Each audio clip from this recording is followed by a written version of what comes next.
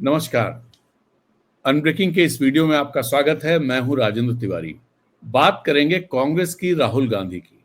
राहुल गांधी ने आज पार्लियामेंट परिसर में पत्रकारों से बात करते हुए, या जो बात हो रही थी, बहुत ज्यादा तो उन्होंने बात नहीं की, लेकिन एक बहुत मार्के की बात कही जिस पर सारे लोगों की निगाह है। वो उन्होंने कहा पिक्चर अभी बाकी है। तो हम ये बाकी पिक्चर क्या है इसे समझने की कोशिश करेंगे और हमारे साथ वरिष्ठ पत्रकार अजय शुक्ला जी हैं। अजय शुक्ला जी दरअसल कांग्रेस पर खासा नजर रखते हैं और जानकारी रखते हैं, इसलिए मुझे लगा कि अजय शुक्ला जी से बेहतर कोई दूसरा व्यक्ति नहीं हो सकता है राहुल गांधी के इस स्टेटमेंट को डिकोड करने के लिए। तो अजय जी, आपका स्वागत है और शुरुआत सीधे कर देते हैं। इसका मतलब क्या निकाला जाए, क्या पिक्चर बाकी है? तिवारी जी, आपको और सभी दर्शकों को नमस्कार।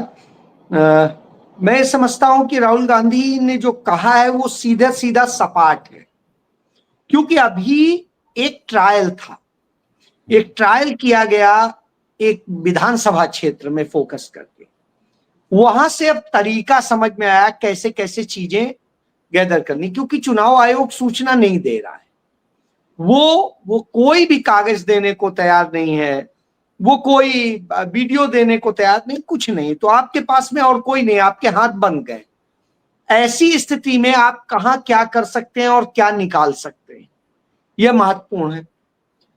राहुल गांधी की टीम जो है, अब देश के कुछ चुने हुए नेताओं जो कि अपने आप को बताते हैं, साबित करते हैं कि हम इतने बड़े लीडर हैं और हमसे ही पूरी सरकार है, देश है, तो उन लीडर को कैसे सामने लाया जाए कि ये वास्तव में लीडर नहीं है, ये वोट चोर हैं और उसके बूते आए। मैं एक छोटी सी घटना बताता हूं। यूपी का विधानसभा चुनाव हुआ था और उस समय नीलकंठ तिवारी जो मिनिस्टर भी रहे थे, वो चुनाव जीत गए, जबकि कोई संभावना नहीं थी। उन्होंने अमित शाह की जो वहां पर पर्सनल मीटिंग हो रही थी वहां के प्रत्याशियों के साथ, उसमें नीलकंठ तिवारी ने कहा कि देखिए हमने इतना अच्छा निकाल लिया। तो इस पर अमित शाह ने उनसे एक शब्द कहा, आपने नहीं निकाल लिया, इस गलतफहमी का शिकार मत हो, हमने निकाल के आपको दिया है। और बनारस की वो 5 की 5 विधानसभा सीटें जो कभी नहीं होता था, वो बीजेपी के खाते में चली गई थी। अब लोकसभा चुनाव में भी कमोबेश जो माहौल था, हर एक को पता था कि वाराणसी में किस तरह की स्थितियां हैं। जब वहां के उन लोगों से बात होती थी जो वहां के लाखों वोट प्रभावित करते हैं, तो उन लोगों का मानना था कि नहीं, इस बार मोदी जी के लिए मुश्किल है। बहरहाल जिस तरह से वहां पर फील्ड में काम करने वाले लोग थे, उनका अपना मानना था, और इसमें वहां की कमान संभाल रहे थे उस समय डॉक्टर प्रमोद पांडे, जो सेवा दल के प्रदेश अध्यक्ष हैं यूपी के। उनका मानना था नहीं, हम थोड़ा सा यदि मेहनत कर लेंगे और चीजें कर लेंगे तो मोदी चुनाव हार सकते हैं। चूंकि अखिलेश यादव सहयोगी थे, वो एक सीट छोड़ के ही बात कर रहे थे कि हम 79 जीतेंगे। तब चैलेंज था, और उस समय स्वाभाविक सी बात है, मोदी ने अपने आप को इस तरह प्रस्तुत किया था कि लोगों पहले ही हार मान लेने जैसी स्थिति हो जाती है। जैसे कहते हैं बाली के सामने कोई भी आता था तो आधा हो जाता था, तो उसी स्टाइल में। लेकिन अजय राय जानते थे, क्योंकि जमीनी है। डॉक्टर प्रमोद पांडे बहुत लर्नेड व्यक्ति हैं, जर्मनी में पढ़े हुए हैं और बहुत सारा नॉलेज है। और उसके अलावा यूपी में उन्होंने सेवा दल में रह के, तो जमीनी ही काम होता है, वहां तो कोई राजनीति होती नहीं है। तो उन्होंने जो काम किया था उसके आधार पर उन्होंने राहुल जी को बताया, और उसके बाद अब जो काम शुरू है वो संभवतः आपको कुछ समय बाद में उसका भी दिखाई देगा कि किस तरह से बनारस जो है मोदी ने जीता है, वह भी सबके सामने आएगा। और कुछ उसके नमूने आने भी लगे हैं। जैसे वहां के एक दास साहब का आया कि उनके 50 बच्चे हैं, एक बच्चा 29 साल का है, एक 72 साल का है, जी। उनके पिता भी अभी हैं, सब एग्जिस्ट करते हैं। तो अब आप समझ सकते हैं जब ऐसे ऐसे वोट होंगे तो अब देखिए आएंगे जब कागज सामने तो उस पे चीजें बात की जाए तो बहुत सारे ऐसे लोगों की तस्वीरें सामने आपको आ जाएंगी। आपको हो सकता है लोकसभा अध्यक्ष का भी कुर्सी डगमगाती नजर आए कि वो कैसे जीते और क्या हुआ। यानी वाराणसी और कोटा, जी, इन दोनों पर निश्चित काम रूप से, हो गया है। जी। बिल्कुल। तो उस स्थिति में जयपुर का सामने आ ही रहा है अभी कि किस तरीके से हुआ। तो मैं यही बता रहा हूं कि बहुत सारी सीटें हैं और उन सीटों में से चूंकि उतना संसाधन नहीं है, डेटा नहीं मिल पा रहा है, उसकी प्रॉब्लम है। लेकिन उसके बावजूद जितना काम कर रहे हैं, जितनी मुश्किलों में काम कर रहे हैं, आप ये समझिए कि वो मैनुअली काम करके निकालने की कोशिश हो रही है लगातार। और मुझे लगता है इतना निकल आएगा कि जनता को ये दिख जाए कि यह वोट अब इसका उदाहरण देखिए, 1,68,000 वोट से नरेंद्र मोदी जीते।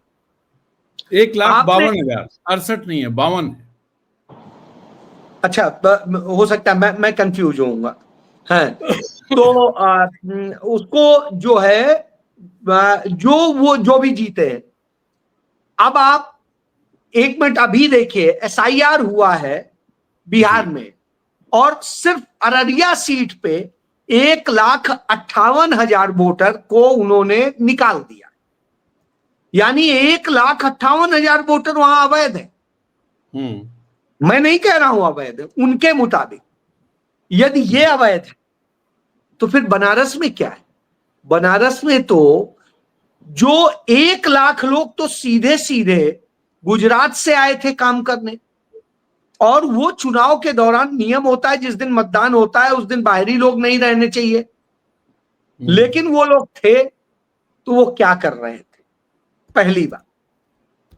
और दूसरी, जब इसको आप वो देखा जाएगा तो समझ में आने लगेगा कि पूरा खेल क्या है। क्योंकि हम सब ने देखा था 6 राउंड तक नरेंद्र मोदी 12:30 बजे तक तो हार ही रहे थे। फिर अचानक वो क्या मतगणना रुक जाती है और रुकने के बाद फिर 4 बजे शुरू होती है। जब 4 बजे शुरू होती है तब कहीं वो तब हर बार जीतते चले जाते हैं। जी। तो ये सारी चीजें हैं, शंका के बहुत सारे कारण मौजूद हैं। उस समय की यदि आप रिपोर्टिंग देख लेंगे तो उस समय था कि पत्रकारों को भी नहीं जाने दिया जा रहा था, प्रत्याशियों को भी नहीं जाने दिया जा रहा था, एजेंटों को भी हटा दिया गया था। तो इस तरह से चुनाव हुआ। तो जब ये चुनाव हुआ हो तो बहुत सारी चीजें सामने आनी चाहिए और शायद मुझे लगता है उसी दिशा में बेहतर ढंग से काम हो रहा है। जी। आज जो घोषणा की गई, जो पूरे अगले 2-2.5 महीने का पूरा कार्यक्रम, तो उस कार्यक्रम को किस तरह से आप, उसकी क्या तैयारी, जैसे 14 अगस्त की शाम को मशाल जुलूस सारे जिलों में निकाले जाने की बात है, इसको आप देखते क्या कांग्रेस ने तय कर रखा है कि अब इस मसले को बिल्कुल फैसलाकुन अंजाम तक ले जाना है और इसके लिए सारी तैयारी पूरी दिख रही है? तिवारी जी, मैं एक चीज बताऊं, लोग राहुल गांधी को सिर्फ पॉलिटिशियन के तौर पे देखते हैं जी। मैं उन्हें बिल्कुल पॉलिटिशियन नहीं देखता हूं जी। और मैं सच बताऊं, मैं दिली बात बोल रहा हूं कि मैं राहुल गांधी का इतना सम्मान करता हूं, मतलब पहले शायद नहीं था, लेकिन जब से मैं उनके टच में आया उसके बाद मैं ये समझता हूं कि मैंने आज तक कभी सोचा भी नहीं था कोई राजनीतिज्ञ भी इतना मौलिक, नैतिक और मानवतावादी हो सकता है, जो अपनी हार जीत इन सब चीजों से बहुत ऊपर। तो ये एक बहुत बड़ी चीज है। राहुल गांधी असल में अपनी लड़ाई नहीं लड़ रहे, वो सत्ता की भी लड़ाई नहीं लड़ रहे, वो लड़ाई लड़ रहे हैं रिफॉर्म की। वो वास्तव में रिफॉर्मर। शायद यही वजह है कि उनको उनकी पार्टी के बहुत सारे लोग कई बार पसंद नहीं करते, लेकिन उनको वो लोग प्यार करते हैं जो खुद सच्चे दिल के हैं और सच्चाई चाहते हैं, और जिनके मन में एक टीस है कि देश में ऐसा होना चाहिए, इस तरह होना चाहिए। वो तो राहुल जी की कोशिश ये होती। देखिए, इसका एक उदाहरण देखिए जी।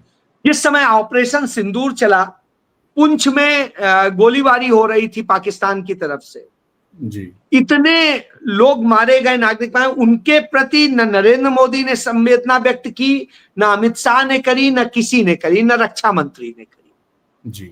जो काम सरकार का था कुछ नहीं किया।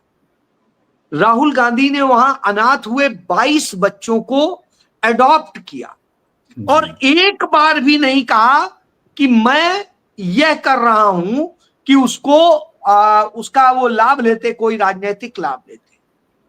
उन्होंने शांति के साथ उनके लिए वो किया है जो अपने आप में मतलब यूनिक है। मैं उनको सलाम करता हूं। दूसरा एक उदाहरण देता हूं। आपको याद होगा कि जब राहुल गांधी की सदस्यता रद्द हुई तो उनका घर खाली कराया गया। उस घर में एक पूरा वो बना हुआ था जिसमें कुछ बच्चे, 18 बच्चे थे। वो 18 बच्चे जो अनाथ बच्चे थे वो पलते थे, उनके पढ़ने लिखने खाने सबकी व्यवस्था राहुल जी करते। और वो जाने के बाद में राहुल जी के पास में कोई रास्ता नहीं बचा कि अब क्या करें, कहां रखें। तो उन्होंने एक रिक्वेस्ट करी हिमाचल के मुख्यमंत्री से और वहां एक कानून बनवाया। वो कानून बनवाया कि हिमाचल में जितने अनाथ बच्चे होंगे वो बच्चे स्टेट के बच्चे होंगे, ये पूरे देश में और कहीं नहीं है। तो वहां वो स्टेट के बच्चे होंगे, उनके पढ़ने लिखने खाने उच्च शिक्षा सबकी व्यवस्था स्टेट करेगा। और यह कानून बना के और वो भी बच्चे वहीं शिफ्ट कर दिए गए। तो इस तरह से वहां हजारों बच्चों को एक नया जीवन मिला है जी। यह एक बहुत बड़ी चीज। तो यह राहुल गांधी की वह नैतिकता, मानवता को दर्शाता है।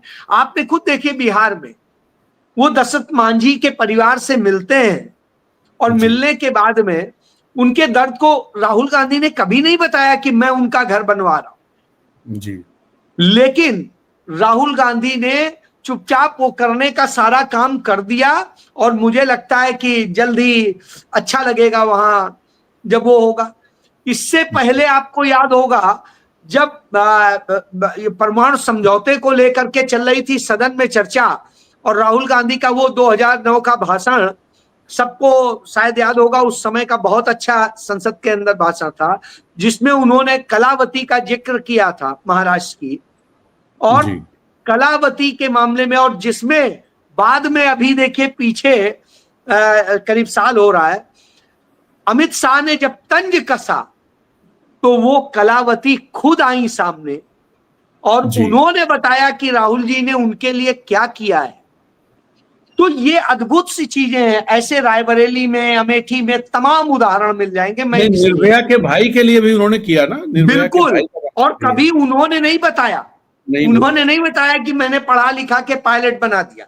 तो मैं ये उदाहरण आपको सिर्फ इसलिए दे रहा हूं कि इतना कुछ है। किसी दिन मैं कहूंगा, एक दिन जोड़ूंगा कि सुल्तानपुर के हैं पिंटू तिवारी, और पिंटू जो है लगातार उन कामों को संभालते रहे जो वहां के कई परिवारों को पुनर्वास करने का जिम्मा उन्हें दिया था।